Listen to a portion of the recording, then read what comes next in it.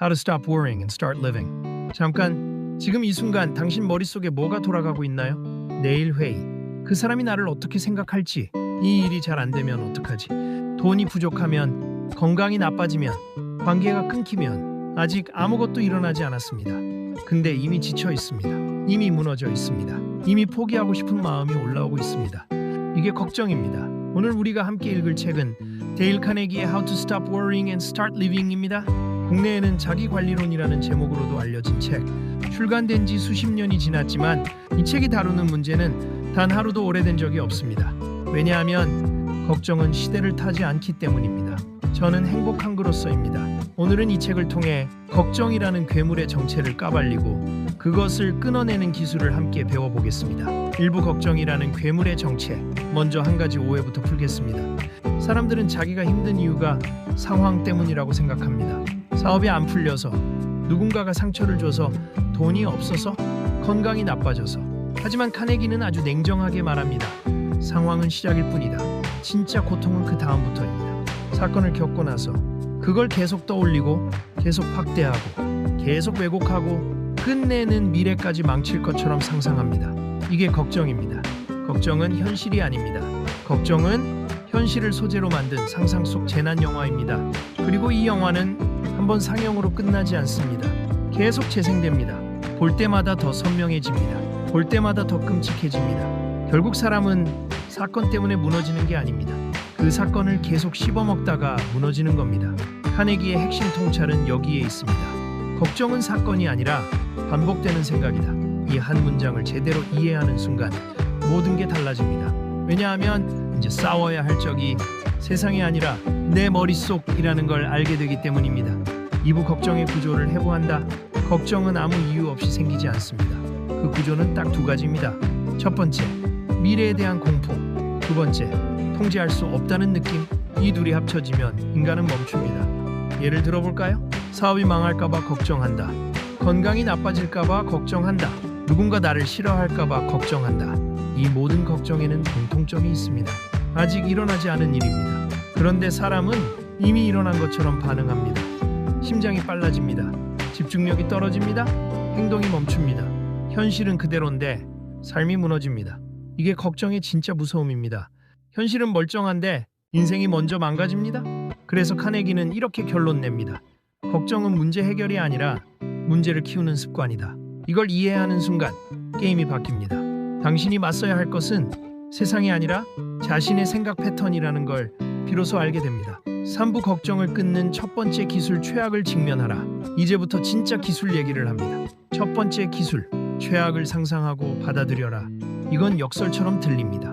사람들은 보통 최악을 피하려고 합니다. 근데 카네기는 정반대로 갑니다. 끝까지 밀어붙여라. 최악이 뭐냐고요? 사업 실패, 돈 잃는 것, 사람들의 시선, 관계 단절?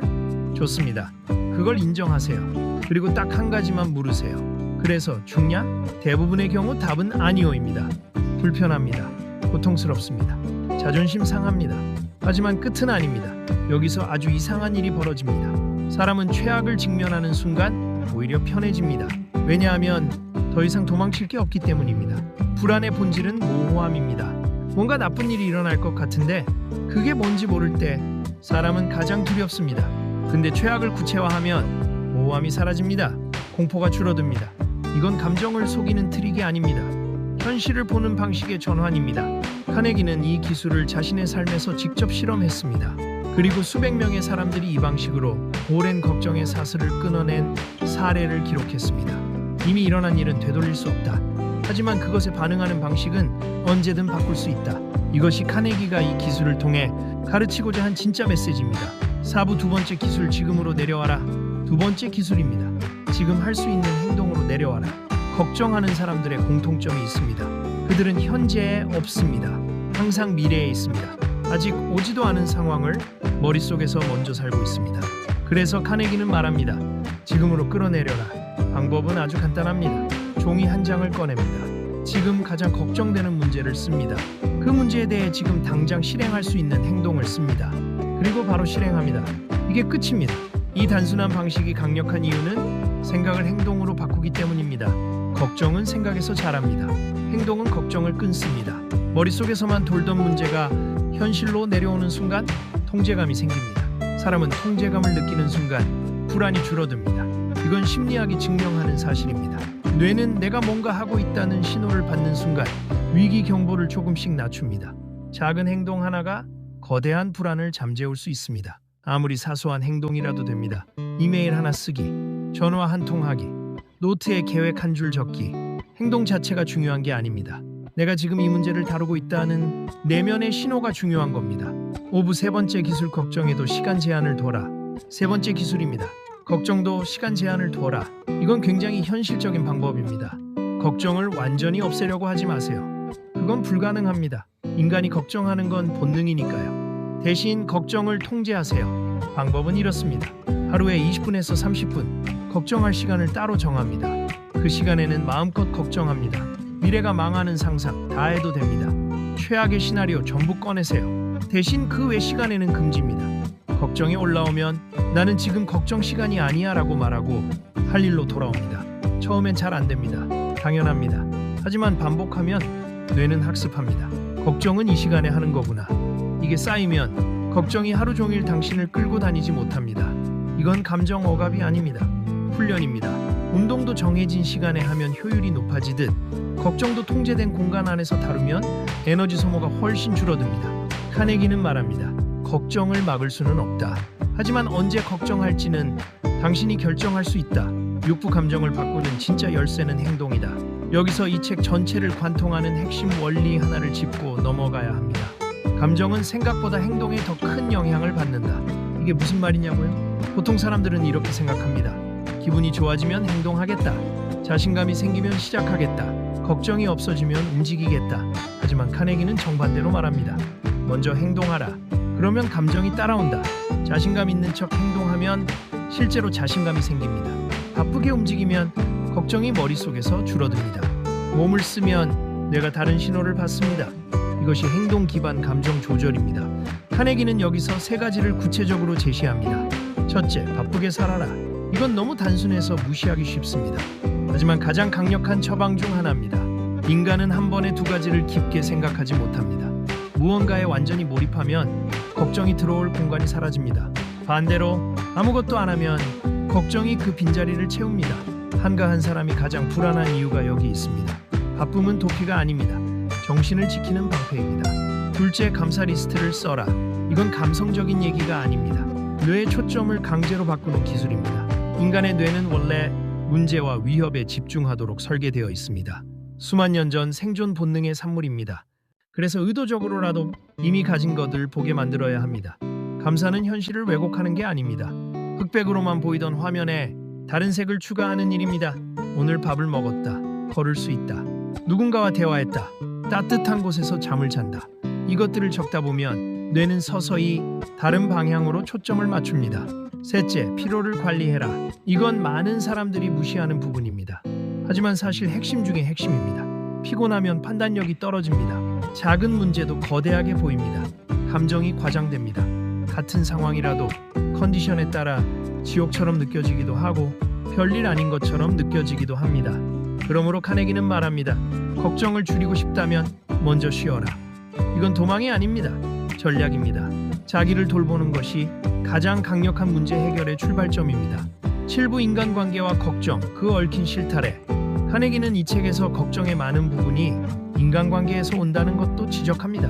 타인의 평가, 비난, 불공정한 대우, 배신. 이것들은 단순히 상황이 아닙니다. 사람의 마음 깊숙이 들어와 오랫동안 자리를 차지합니다. 카네기가 제시하는 원칙은 이렇습니다. 당신에게 불공정한 비판을 하는 사람을 걱정하지 마라. 그것은 종종 당신이 중요한 일을 하고 있다는 증거다. 위대한 사람들은 모두 비난을 받았습니다. 링컨은 대통령이 되기 전 수많은 실패와 조롱을 견뎌냈습니다. 루스벨트는 재임 기간 내내 공격을 받았습니다. 하지만 그들은 타인의 시선이 아니라 자신이 해야 할 일에 집중했습니다. 카네기는 말합니다. 당신을 비판하는 사람은 당신을 이기려는 사람이 아니다. 대부분 자신의 열등감을 해소하려는 사람이다. 이걸 이해하면 비난이 와도 그걸 개인적으로 받아들이지 않게 됩니다. 그리고 또 하나, 사람들은 자기 잘못을 좀처럼 인정하지 않습니다. 카네기는 이것을 인간 본성으로 이해합니다. 그리고 그 속에서 평화를 찾으려면 용서가 필요하다고 말합니다. 하지만 이 용서는 상대를 위한 것이 아닙니다. 나를 위한 것입니다.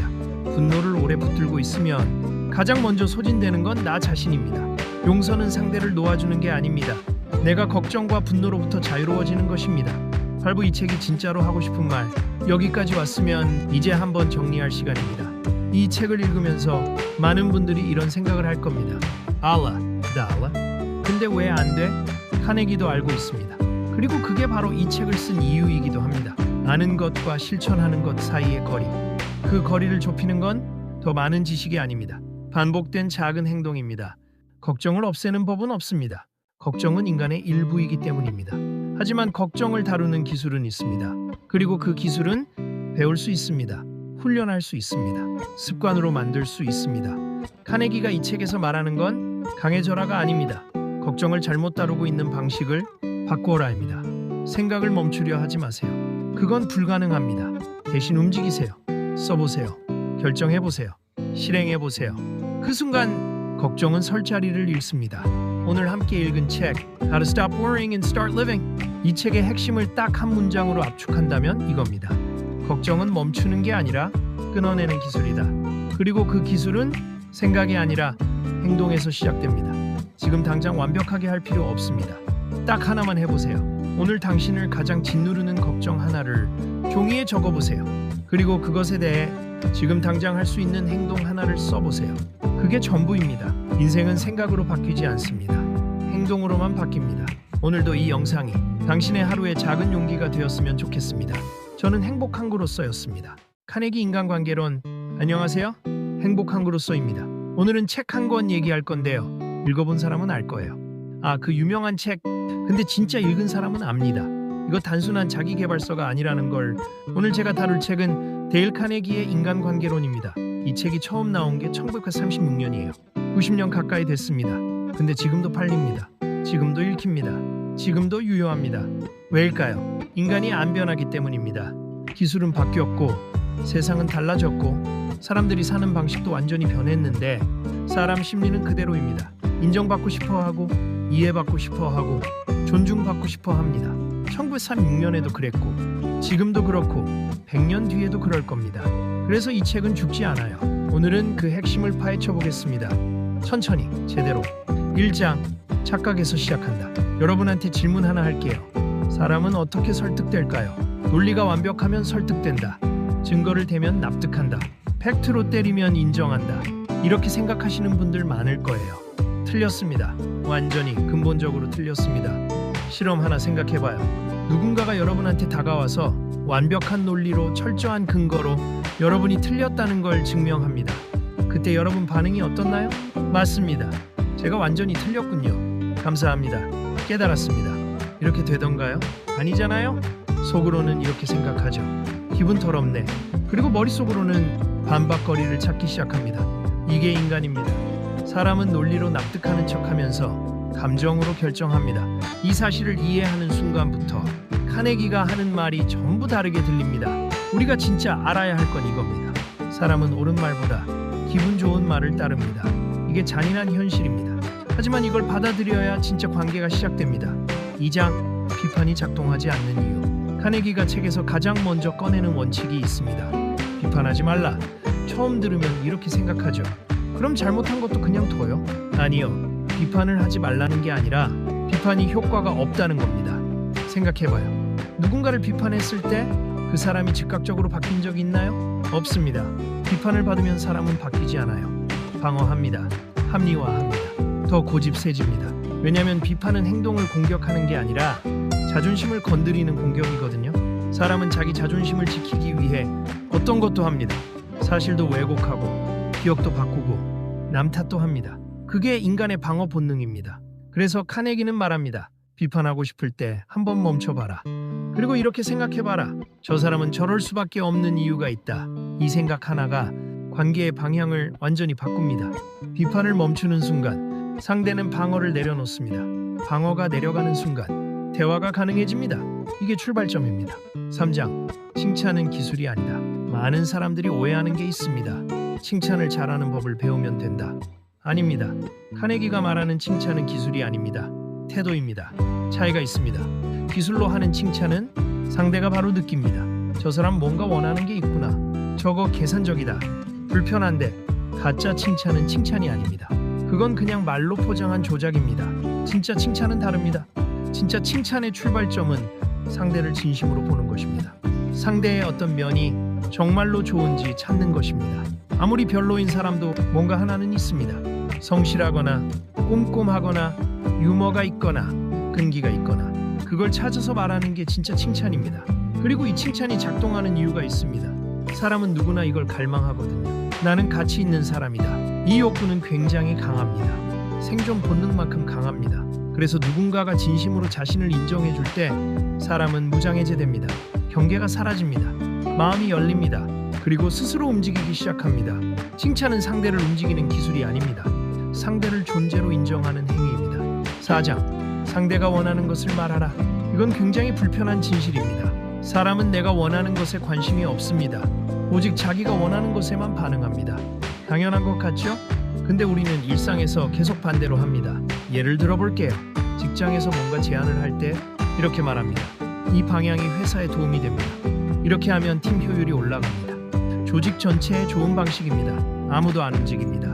왜냐하면 사람은 회사, 팀, 조직을 위해 움직이지 않아요. 자기를 위해 움직입니다. 같은 제안을 이렇게 하면 달라집니다.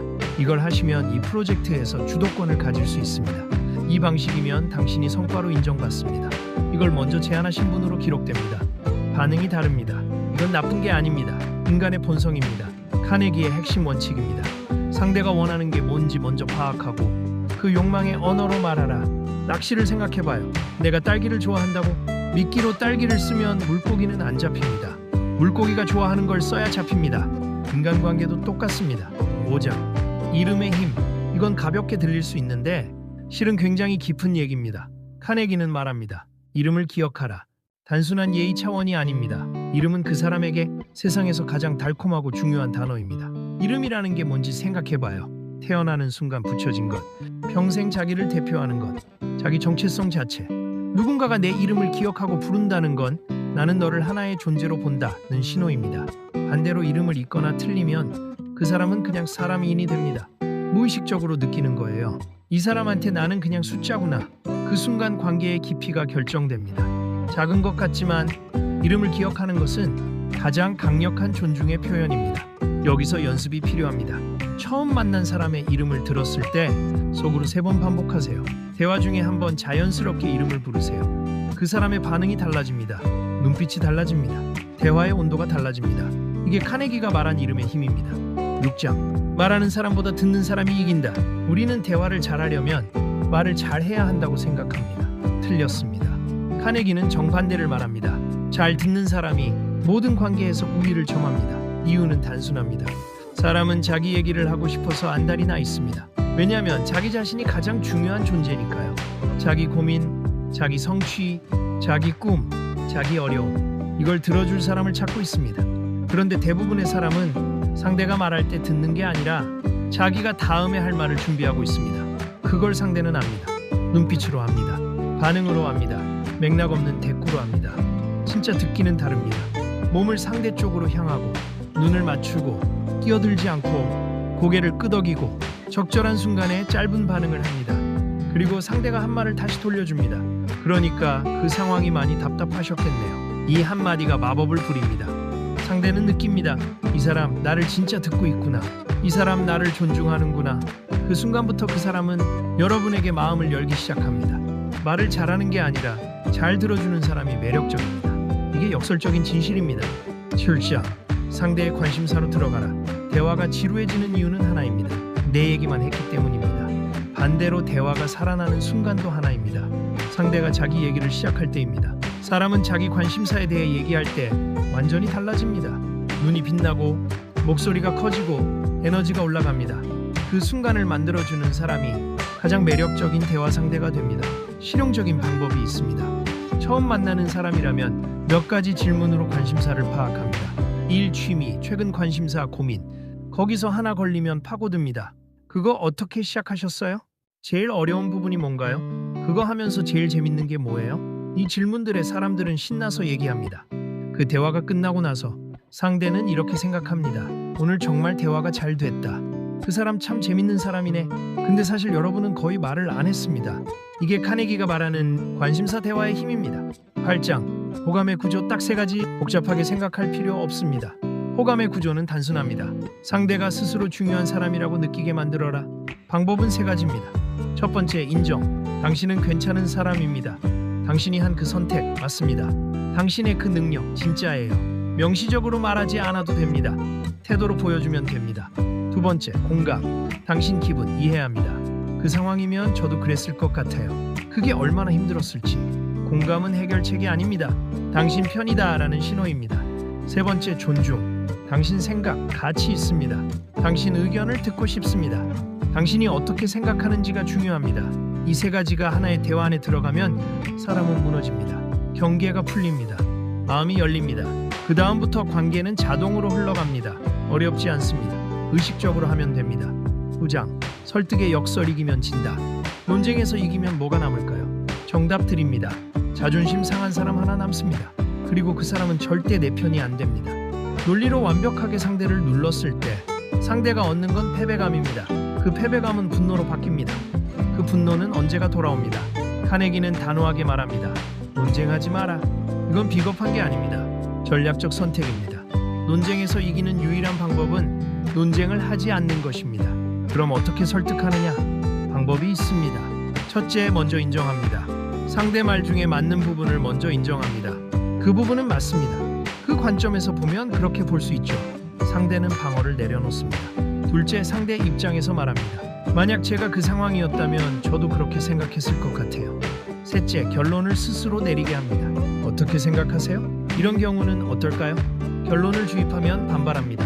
결론을 스스로 내리게 하면 받아들입니다. 이 차이가 전부입니다. 설득은 이기는 게 아닙니다.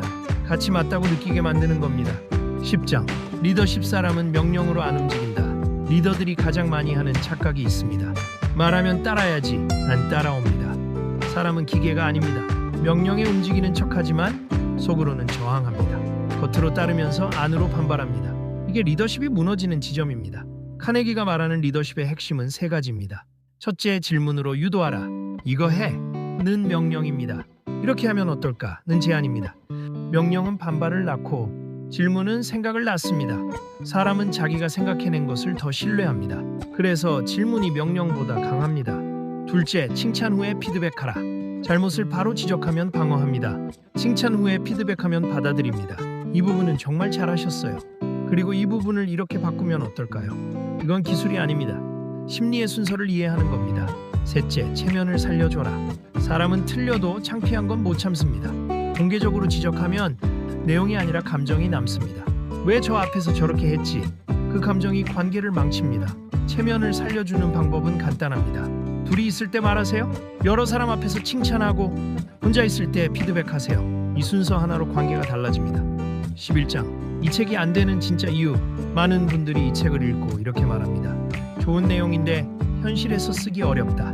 틀렸습니다. 어려운 게 아닙니다. 자존심 때문에 안 하는 겁니다. 내가 맞다는 걸 포기 못하고 내가 더 중요하다고 생각하고 내가 먼저 인정받고 싶어서 그래서 못하는 겁니다. 카네기의 원칙들은 사실 쉽습니다. 비판 대신 이해, 진심 칭찬, 상대 중심 대화, 잘 듣기, 논쟁 피하기. 하나하나 따져보면 어렵지 않아요. 근데 이걸 실제로 하려면 자기 중심성을 내려놔야 합니다. 내가 옳다는 욕구를 내려놔야 하고 내가 인정받고 싶다는 욕구를 잠깐 미뤄야 하고 상대를 먼저 세워줘야 합니다. 그게 어렵습니다. 기술이 어려운 게 아니라 자존심이 방해합니다. 카네기의 메시지는 결국 이겁니다. 인간관계는 기술이 아니라 선택입니다. 어떤 사람이 될 것인지 선택하는 겁니다. 정리하겠습니다.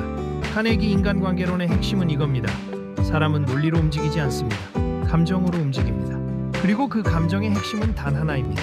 나는 중요한 사람이다. 이 느낌을 주는 사람이 모든 관계에서 이깁니다. 방법은 어렵지 않습니다. 비판 대신 이해를 선택하고 가짜 칭찬 대신 진심 인정을 하고 내 말 대신 상대 관심사로 들어가고 말하는 것보다 듣는 것을 더 많이 하고 논쟁에서 이기려 하지 말고 명령 대신 질문으로 유도하고 체면을 살려줘라. 이거 다 알고 있는 것들입니다. 근데 안 합니다. 자존심이 방해하니까요. 오늘부터 딱 하나만 바꿔보세요. 누군가를 만날 때 그 사람에게 진짜 관심을 가져보세요. 이 사람은 지금 뭘 원하고 있지? 이 사람은 어떤 걸 힘들어하고 있지? 이 사람이 진짜 듣고 싶은 말이 뭐지? 이 질문 하나가 관계를 바꿉니다. 그리고 그 관계가 인생을 바꿉니다. 사람은 설득되는 게 아닙니다. 스스로 움직입니다. 그 움직임을 만들어주는 사람이 진짜 인간관계를 아는 사람입니다. 오늘 영상은 여기까지입니다. 도움이 됐다면 구독과 좋아요 부탁드리고요. 다음 영상에서 또 만나겠습니다. 나는 행복한 그로서였습니다. 카네기 연설법 살아본 사람이 이긴다. 나는 처음에 카메라가 무서웠다. 지금 이 말을 들으면 의아할 수 있다. 지금은 매주 영상을 올리고 스크립트를 쓰고 카메라 앞에서 말하는 걸 직업처럼 하고 있으니까. 근데 처음엔 진짜 무서웠다. 카메라를 켜면 목이 막혔다. 머릿속에서 분명히 하고 싶은 말이 있는데 입 밖으로 나오질 않았다. 3번 촬영하면 3번 다 다시 찍었다. 10번 찍으면 결국 아무것도 올리지 못하고 파일을 지웠다. 나는 말을 못하는 사람이구나. 그렇게 생각했다. 근데 그게 아니었다. 그건 능력의 문제가 아니었다. 그건 두려움의 문제였다.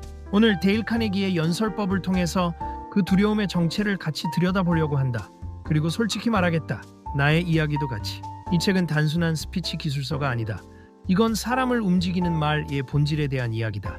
그리고 나는 이 책을 읽으면서 유튜브를 다시 시작할 수 있었다. 자, 시작한다. 나는 행복한 그로서다.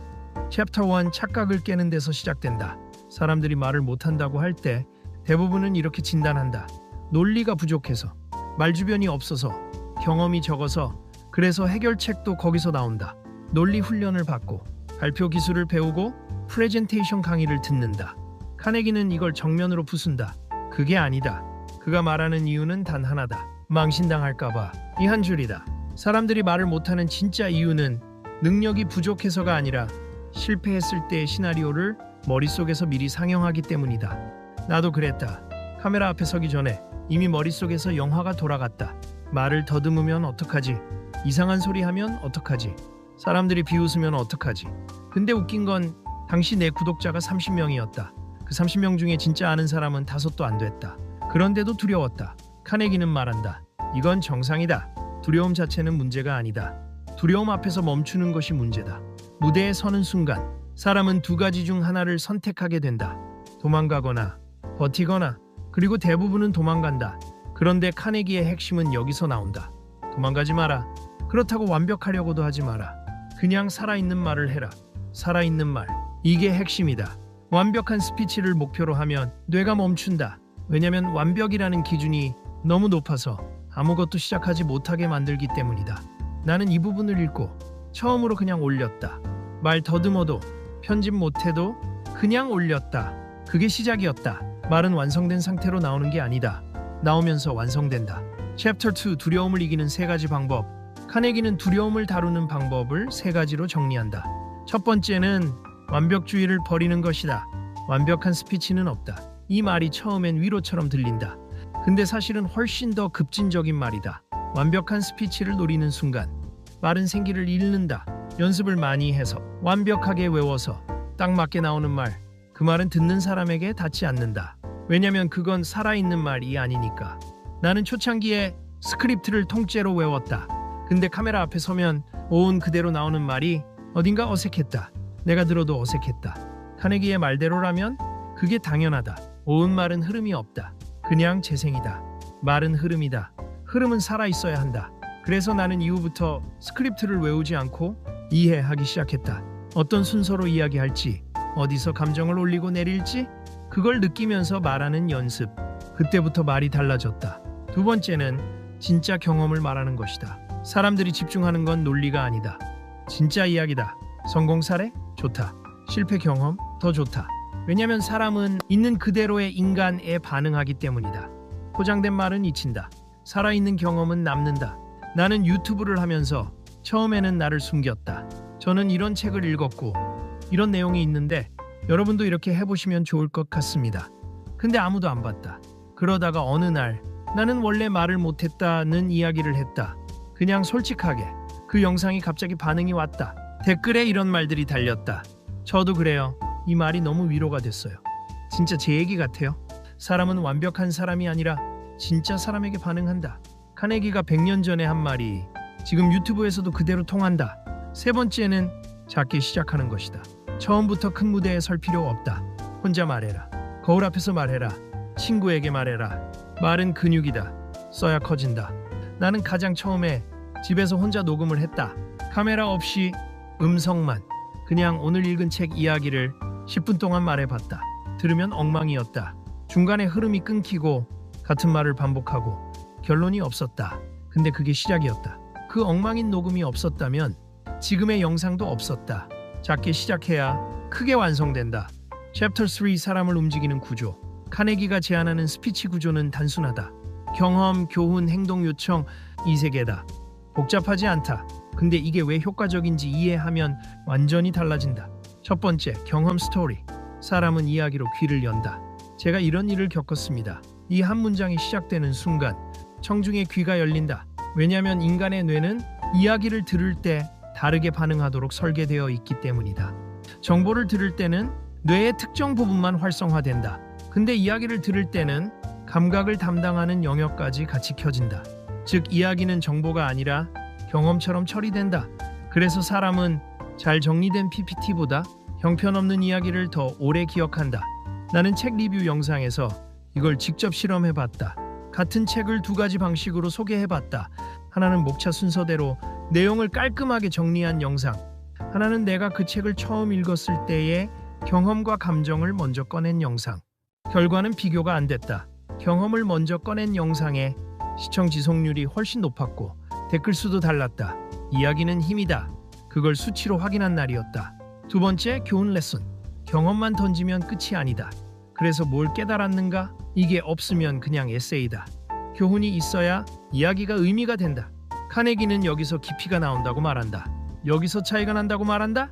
같은 실패를 겪어도 어떤 사람은 그냥 운이 나빴다고 끝내고 어떤 사람은 이걸 통해 나는 이렇게 변했다고 말한다. 그 차이가 말의 무게를 만든다. 나는 유튜브를 하면서 많이 실수했다. 편집을 잘못해서 영상이 날아간 적도 있고 올린 영상이 너무 반응이 없어서 그냥 삭제한 적도 있다.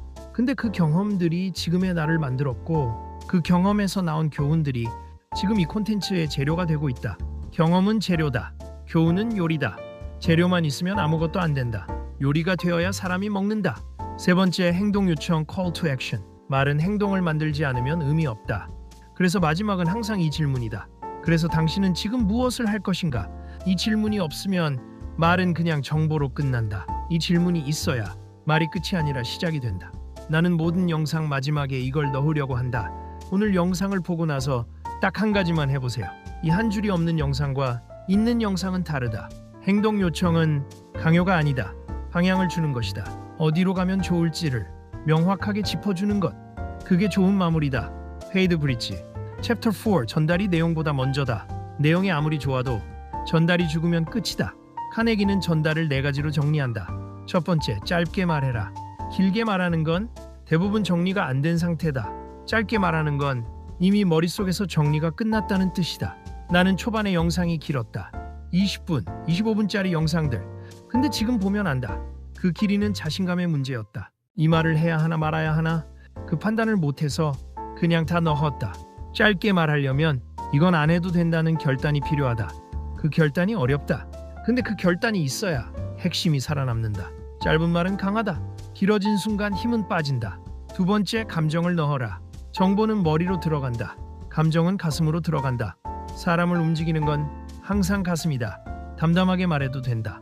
하지만 감정은 있어야 한다. 나는 카메라 앞에서 오랫동안 객관적으로 말하려 했다. 흔들리지 않고 차분하게 정보를 전달하듯. 근데 그게 오히려 문제였다. 사람들은 차가운 정보보다 따뜻한 사람을 더 원했다.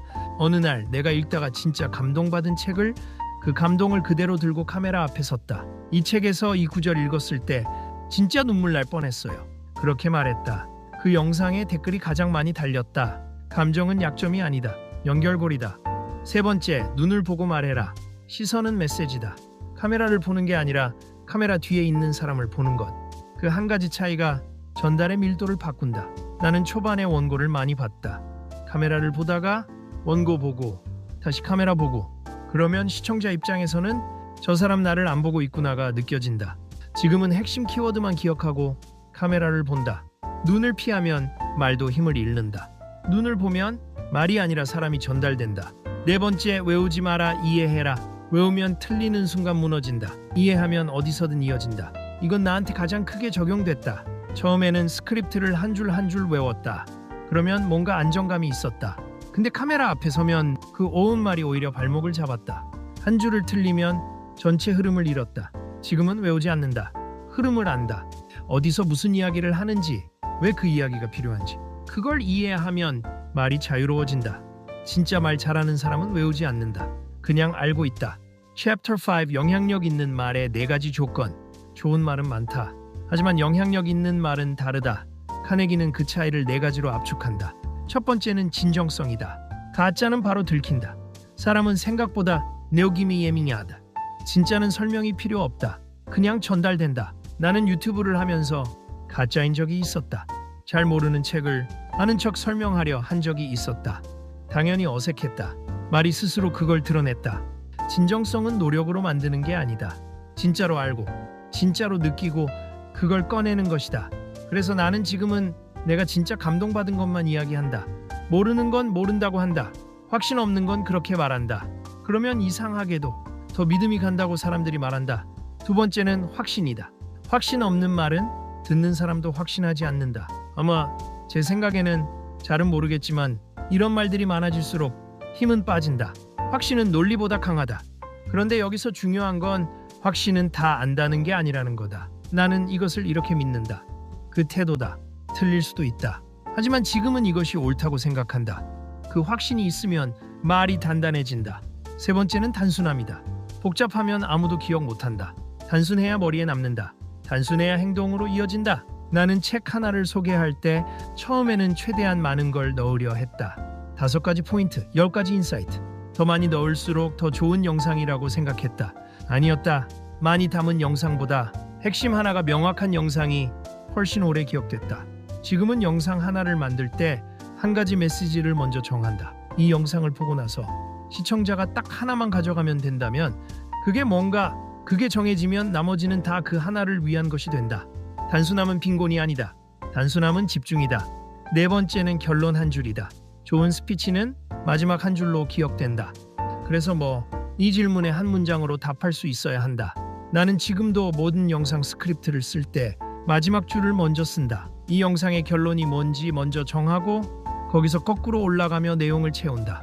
그러면 전체 흐름이 자연스럽게 결론을 향한다. 끝이 강해야 전부가 기억된다. 페이드 브릿지 Chapter 6 나는 왜 이 책을 다시 꺼냈는가? 나는 이 책을 2번 읽었다. 처음은 유튜브를 시작하기 전, 두 번째는 슬럼프가 왔을 때. 처음 읽었을 때는 기술 서적처럼 읽었다. 어떻게 말하면 잘 말하는 것처럼 보일까? 어떤 구조로 스피치를 하면 좋을까? 그렇게 읽었다. 그래서 크게 와닿지 않았다. 두 번째는 달랐다. 구독자가 늘지 않던 시기였다. 영상을 올려도 반응이 없고 뭘 해도 벽에 부딪히는 느낌. 그때 이 책을 다시 펼쳤다. 그리고 이 문장이 눈에 들어왔다. 사람들이 말을 못하는 이유는 단 하나다. 망신당할까봐. 나는 그 순간 깨달았다. 나는 계속 망신당할까봐 하고 있었다.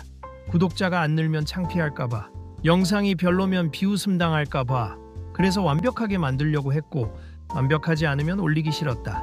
그게 나를 막고 있었다. 카네기는 말한다. 도망가지 말고 완벽하려고도 하지 말고 그냥 살아있는 말을 해라.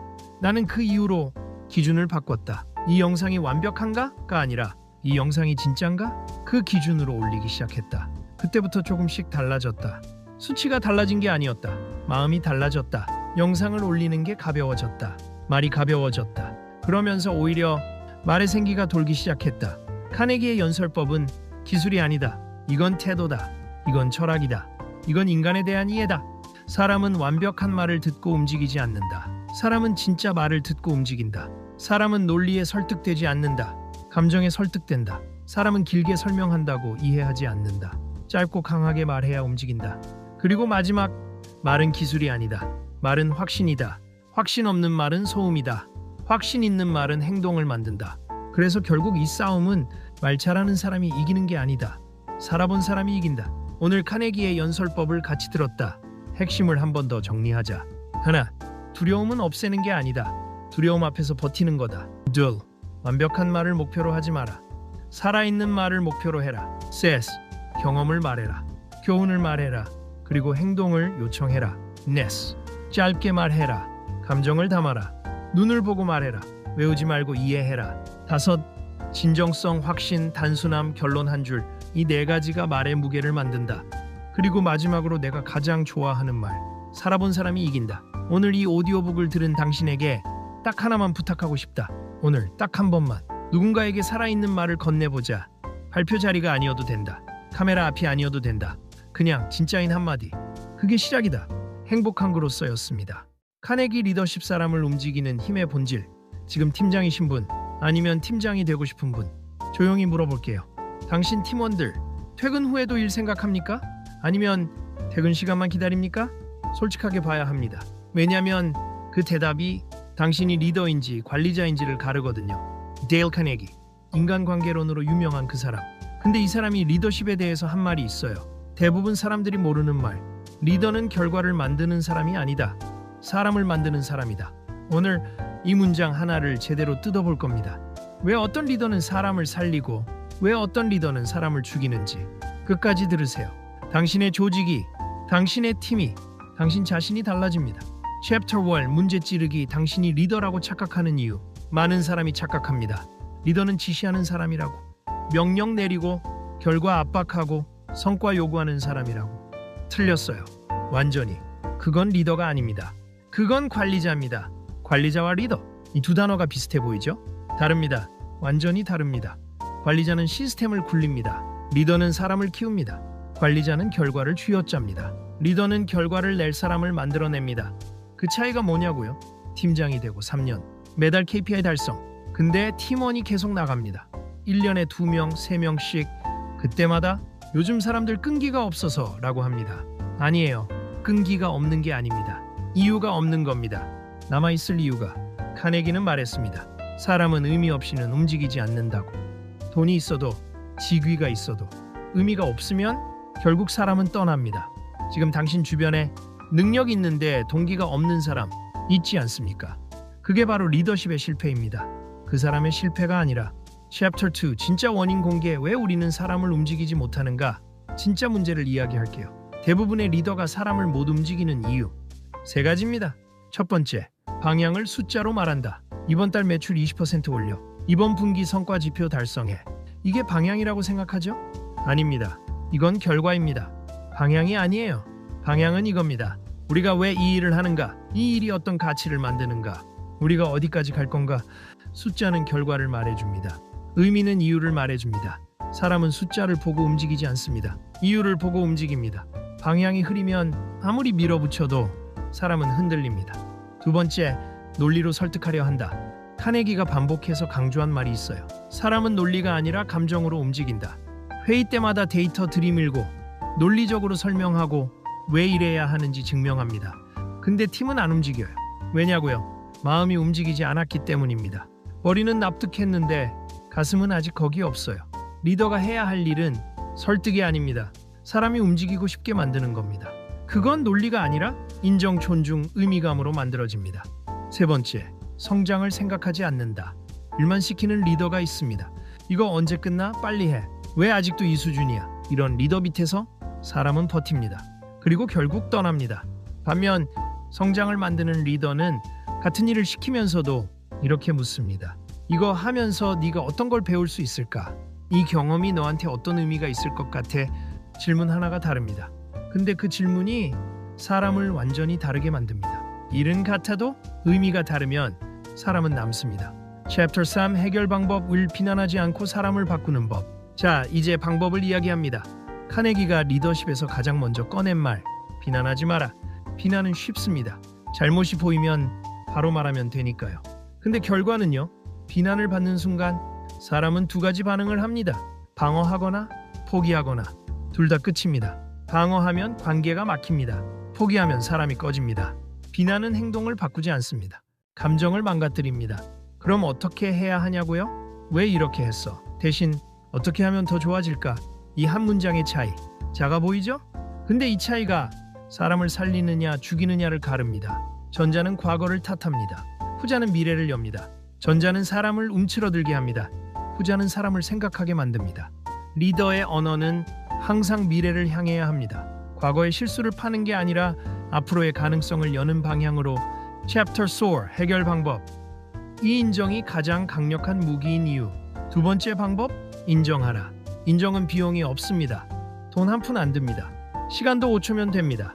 근데 효과는 폭발적입니다. 사람은 인정받기 위해 삽니다. 이건 과장이 아닙니다.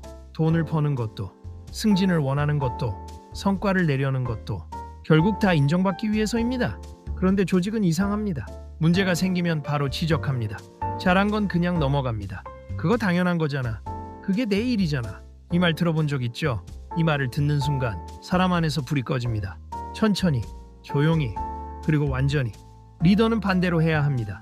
작은 성과라도 크게 인정하고 실수는 조용히 다룹니다. 이거 정말 잘했다. 어떻게 이런 생각을 했어? 이 한마디가 사람을 살립니다. 저 말 한마디에 사람은 다음에 더 잘하려고 합니다. 돈 주는 것보다 강합니다. 진심으로 하는 인정은 사람이 스스로 움직이게 만드는 가장 강력한 연료입니다. 챕터 5 해결 방법. 3팀을 살리는 3가지 구조. 세 번째, 팀을 살리는 구조입니다. 카네기는 말합니다. 팀은 시스템이 아니라 감정의 집합이라고. 그래서 관리로는 안 됩니다. 관계로 풀어야 합니다. 방법은 3가지입니다. 공을 나눠라. 리더가 모든 공을 혼자 가져가면 팀은 겉으로는 돌아갑니다. 근데 속은 죽어갑니다. 내가 했는데 왜 저 사람이 가져가지? 이 생각이 시작되는 순간 팀은 무너집니다. 리더는 반대로 해야 합니다. 이건 제가 한 게 아닙니다. 이 사람이 해냈습니다. 이 말 한마디가 사람을 바꿉니다. 그 사람만 바꾸는 게 아닙니다. 그 말을 듣는 팀 전체가 바뀝니다. 실패를 감싸라. 실패를 처벌하는 팀은 도전하지 않습니다. 도전하지 않는 팀은 절대 성장하지 않습니다. 실패를 숨기게 만들지 마세요. 드러내게 만드세요. 괜찮아. 여기서 배우자. 이 한 문장이 조직의 수준을 바꿉니다. 실수를 빨리 드러내는 팀이 실수를 빨리 수정합니다. 그 팀이 결국 앞서갑니다. 성공을 확대해라. 성공이 그냥 지나가면 안 됩니다. 왜 잘 됐는지 분석하고 다른 사람에게 전파하고 팀 전체의 기준으로 만드세요. 이게 쌓이면 조직의 평균이 올라갑니다. 한 사람의 성공이 팀 전체의 성공이 됩니다. 이 3가지, 공 나누기, 실패 감싸기, 성공 확대하기. 이게 팀을 살리는 구조입니다. 챕터 6 해결 방법. 4 조직에서 살아남는 개인의 기술. 리더만 중요한 게 아닙니다.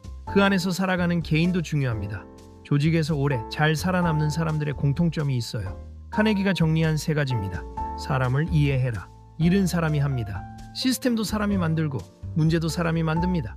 사람을 이해하지 못하면 아무리 능력이 좋아도 한계가 옵니다. 상대가 무엇을 원하는지, 무엇을 두려워하는지, 어떤 기준으로 움직이는지 이걸 읽는 사람이 결국 위로 갑니다. 능력은 입장료입니다. 그 이상은 사람 이해력이 결정합니다. 감정을 읽어라. 조직은 논리로 움직이지 않습니다. 감정으로 움직입니다. 분위기 하나가 성과를 바꿉니다. 말투 하나가 관계를 끊습니다. 그게 왜 중요해요? 결과만 좋으면 되잖아요. 이렇게 생각하는 사람이 있어요. 근데 그 사람이 왜 항상 벽에 부딪히는지 알아요? 결과는 관계 위에서 만들어지기 때문입니다. 관계가 망가지면 결과도 망가집니다. 감정을 읽는 건 감성의 영역이 아닙니다. 성과의 영역입니다. 신뢰를 쌓아라. 신뢰는 하루 만에 생기지 않습니다. 하지만 한번 무너지면 끝입니다. 신뢰는 쌓는 게 아닙니다. 지키는 겁니다. 말을 지켜라. 약속을 지켜라. 일관성을 유지해라. 이 3가지를 꾸준히 지키면 사람은 따라옵니다. 설득 없이도, 명령 없이도 자연스럽게. 챕터 7 행동 압박. 오늘 당장 해야 할 것. 지금까지 카네기가 말하는 리더십을 정리했습니다. 근데 이걸 알면 뭐가 달라집니까? 아무것도 안 달라집니다. 알면서 안 하면 모르는 것과 똑같습니다. 그래서 오늘 딱 3가지만 해보세요. 하나, 오늘 팀원 1명을 인정해라. 뭐든 좋습니다. 작은 거도 됩니다. 오늘 보고서 잘 썼어. 특히 이 부분 좋았어. 이 한마디 오늘 하세요. 지금 당장 비난을 질문으로 바꿔라. 오늘 누군가 실수를 했을 때 왜 이렇게 했어? 대신 어떻게 하면 더 좋아질 수 있을까? 이것만 바꿔보세요. 일주일만 해보세요. 팀 분위기가 달라집니다. 세스, 공을 돌려라. 오늘 칭찬받을 일이 생기면 팀원에게 돌려보세요. 이건 제가 아니라 이 사람 덕분입니다. 이 말 한마디가 당신의 리더십을 만듭니다. 리더십은 대단한 게 아닙니다. 이 작은 행동들이 쌓이고 쌓이면 사람이 따라오는 리더가 됩니다. 오늘 딱 하나만이라도 시작하세요. 카네기의 말로 오늘을 마무리하겠습니다. 리더는 결과를 만드는 사람이 아니다. 사람을 만드는 사람이다. 이 문장 기억하세요. 당신이 팀장이든 아직 팀원이든 결국 리더십은 사람을 어떻게 대하느냐의 문제입니다. 비난 대신 질문, 침묵 대신 인정, 독점 대신 나눔, 이걸 꾸준히 하는 사람이 결국 리더가 됩니다.